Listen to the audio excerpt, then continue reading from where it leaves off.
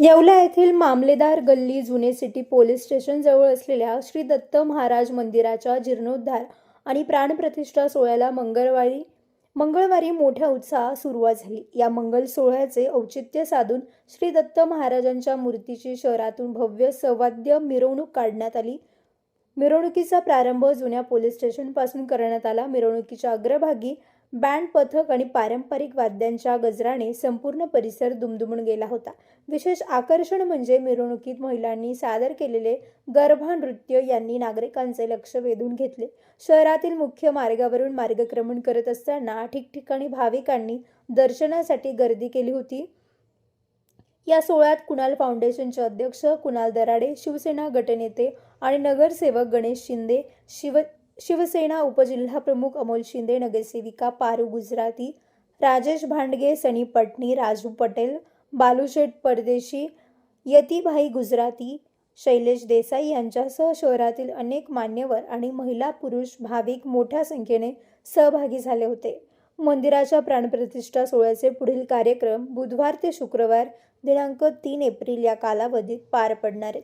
शुक्रवारी होम दर्शन आणि सायंकाळी 6 वाजल्यापासून महाप्रसादाचे आयोजन करण्यात आले असून भाविकांनी याचा लाभ घ्यावा असे आवाहन आयोजकांतर्फे करण्यात आले आहे।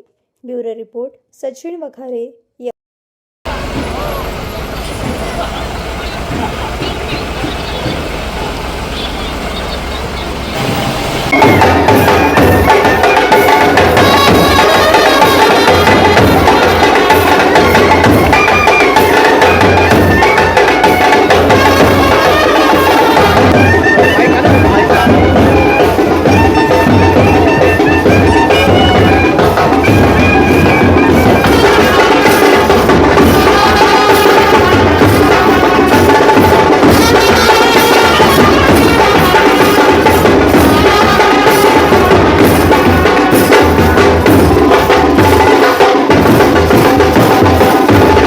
येवला येथे देव मामलेदार गल्लीत दत्त भगवंताच्या श्रीमूर्तीची प्राणप्रतिष्ठा व मंदिराचा जीर्णोद्धाराचा कार्यक्रम आहे।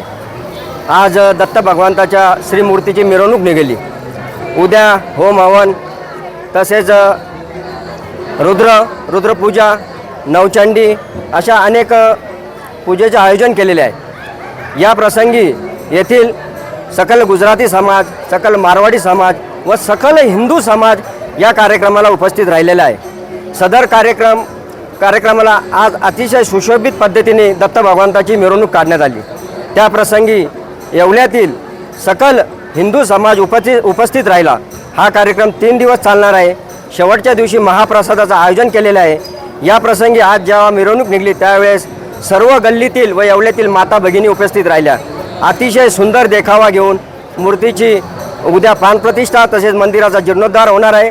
अनेक अडथळे आले, परंतु येथील मंडळांनी सर्व अडचणी व अडथळे मात करून शेवट हा कार्यक्रम यशस्वी केला आहे आणि त्यानिमित्त मी सर्व येवलेवासियांचे आभार मानतो। सर्वांनी सहकार्य केले त्या सर्वांचे आभार मानतो आणि थांबतो। जय श्रीराम।